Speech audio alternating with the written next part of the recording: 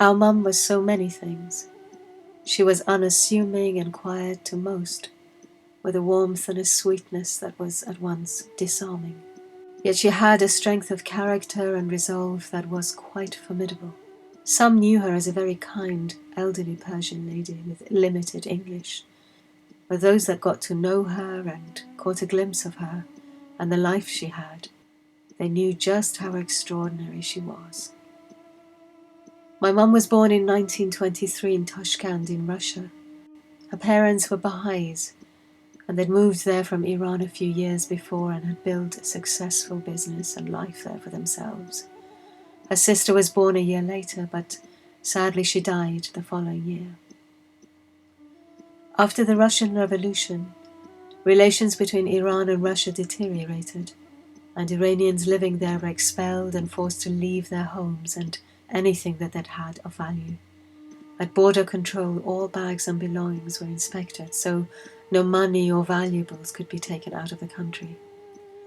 Mum's father shrewdly hid their jewels in the lining of their wooden travel cases, so they'll have something to start their new life with when they got back to Iran.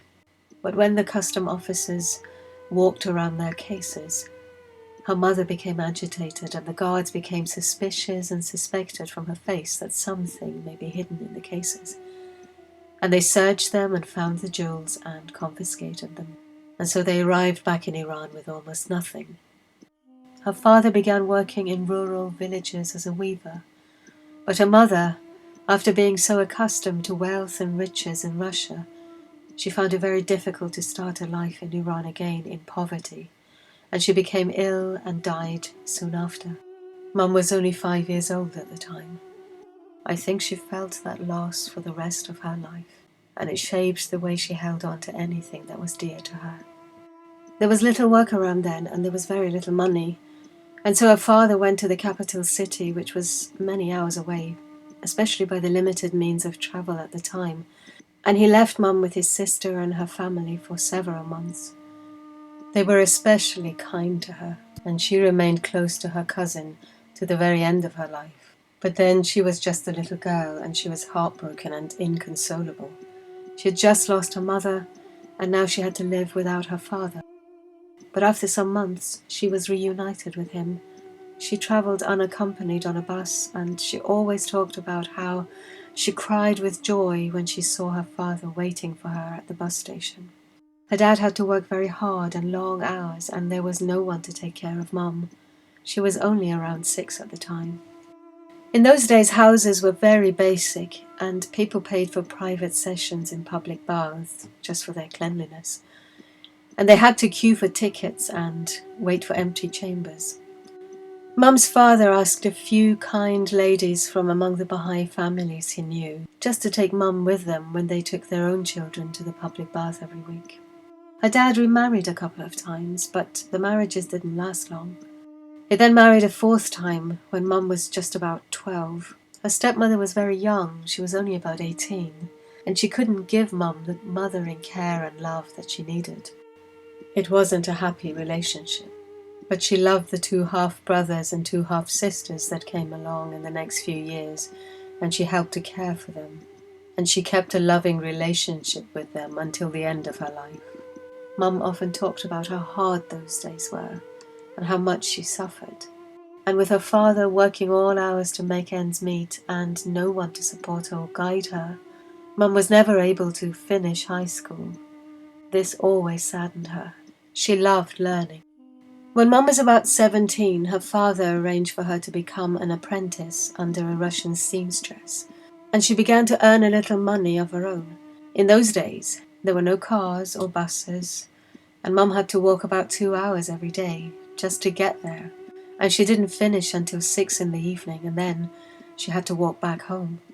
But with the money she saved, she was able to buy fabric, and she made herself new clothes, and she bought shoes, and she said she became stylish at last. Iran was steeped in traditional customs in those days, and in early 1940s men and women rarely met independently or courted. More mature ladies would make introductions and advise and guide young people towards marriage. Mum had met my dad a few times in gatherings, He'd just finished his 2 years of conscription. She was about 18 and not in the least bit interested. She wanted to work, she wanted to learn and explore life. But family pressure in the end persuaded her, and life took a different turn. Neither of them came from money. They both had lost their mothers as children, and their fathers couldn't give them any financial support. Mum told us how they bought 2 simple dresses for her. No ring, nothing else. The wedding took place at the house of my dad's eldest brother with a handful of guests and a little live music. And another of Dad's brothers made the meal for everyone. They started their married life in a rural village where Dad was employed as an overseer. They travelled the several hours there on donkeys and mules. Village life was very difficult and limited, especially for women. And as a Baha'i living in a Muslim country, Mum had to take even more care and stay mostly in the house. She often talked of how isolated and lonely she felt. Work was scarce, and Dad was often away for work for weeks at a time. After a while, Dad got a job in a government department in Tehran with a modest monthly salary, and they rented a room in his brother's house. At this time, Mum was expecting their first child, my brother Kombiz. When it came to her labour, Dad borrowed money and hired a horse and carriage and took her to a hospital. 4 years later, she had her second child, my sister Gila. After another 4 years, my sister Jale came along, and 2 years later, my brother Kayvan. Over the next few years, they began to build a modest house of their own. It had only the most basic amenities, and it took years to make it into a comfortable living space. Life was very difficult those days. Dad worked all day, and in the evenings, he often had to go to committees and meetings, and Mum was always left alone in the house with the children.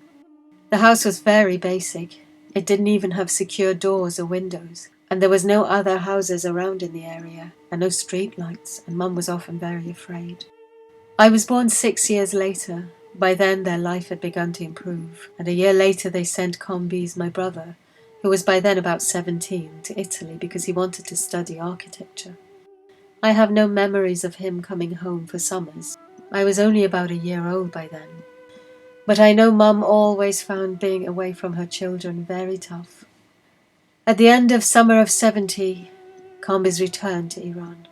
He'd been diagnosed with terminal cancer.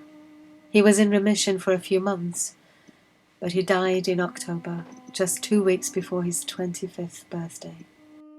I remember as a child of about 8, waking up to the sounds of crying and wailing the morning he'd died, and watching them bring my mum home from the hospital later that morning. She was so overwhelmed by grief that she had to be held up. She couldn't walk on her own.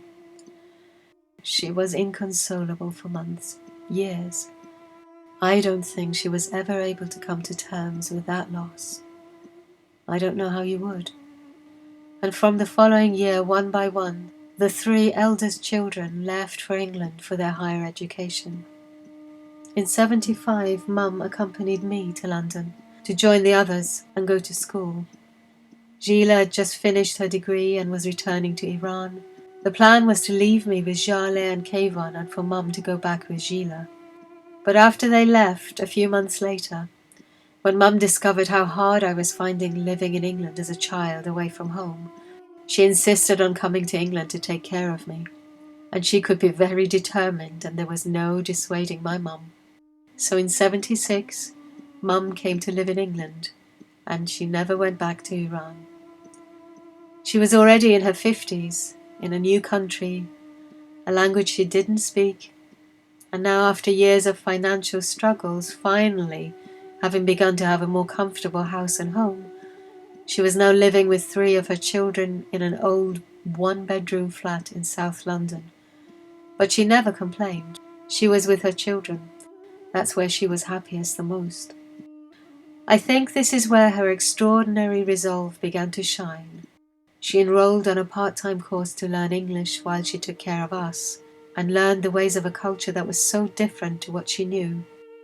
About a year later, Dad was able to borrow some money and sell a lot of what they had, and buy a house for us to live in London. He took early retirement and joined us, and we lived off the rent from their house back in Iran and his pension. But in 79, the Islamic Revolution took place in Iran. There was a lot of unrest and agitation caused by Muslim fanatics, and Baha'i lives and their properties were in constant danger. The tenants refused to pay, Dad's pension was stopped, and our only source of income was frozen. So Dad had to return to Iran to try and find a way to sort things. He ended up staying there for 4 years in constant danger. Mum was left alone to find ways to keep us afloat. We had to become refugees for safety, and Mum took a temporary part-time job working in the kitchen of a small hotel nearby for minimum wage. I always remember she always talked so proudly of doing that work. They liked her so much that they kept her on until she was 60. Her work ethics and her kindness and sweet nature endeared her to everyone. They gave her a watch as a leaving gift, and she wore it for years. 4 years later, Dad managed to escape Iran with the help of human smugglers who took him and a small group across the hazardous northeastern mountains of Iran into Turkey on horseback. He was able to join us 4 months later. Their house was confiscated and sold off, and we don't know what happened to all their belongings. In 89, Mum and Dad moved to Northern Ireland. I'd moved here a few years before, but they went to another town, to Cookstown, to support the small Baha'i community there in all the works that they did to promote the ideals of unity and oneness of humanity. Mum had a very strong faith. She always wanted her home to be a place of warmth and hospitality for everyone. There were always meetings and gatherings, and everyone was welcome. In her simple English, she used to tell people about the Baha'i faith and how she felt we should love one another and we're all brothers and sisters. To her, it didn't matter that she didn't know chapter and verse of books and correct rules and regulations. I guess she understood what really matters. We lost our dad in 96 after years of heart problems. Mum took care of him so lovingly until the end. After that, she took every opportunity to travel and visit her scattered family across the world, in France, in Canada, in Australia and in Israel. And she was such a fixture of Baha'i gatherings and summer schools. She added a touch of simplicity and tenderness that so many loved. She had such a zest for learning new experiences. She spent hours gardening and crocheting, and then she began to paint. She went every week to Age Concern, joined art and pottery and patchwork classes. She had a lot of fun bartering with market stallholders in Cookstown, and she relished any little savings she'd managed to make. She used to tell me, a fish is always fresh when you pull it out of the sea, and you can learn anything you really want to at any age. But when Gila died of cancer in 2008, it broke Mum. The light in her eyes faded, and she was never the same. Her health began to decline rapidly, and she was just worn out by all the losses she suffered throughout her life. Even in her later years, she was fiercely independent and loved her home and lived on her own until the last couple of years of her life. And right until her last few days, as frail and ill as she'd become, she tried so hard to do what she could and support herself. That's the thing about that generation that has seen so much and endured so much and persevered so much. Their strength and resolve is born out of a kind of suffering we often only hear of. So after a long period of illness and suffering, Mum had the most beautiful end, just befitting of her gentle nature and kindness. She took her final breath as a friend who loved her dearly, murmured prayers by her side. She was in her own home with her children by her side, just as she always wanted.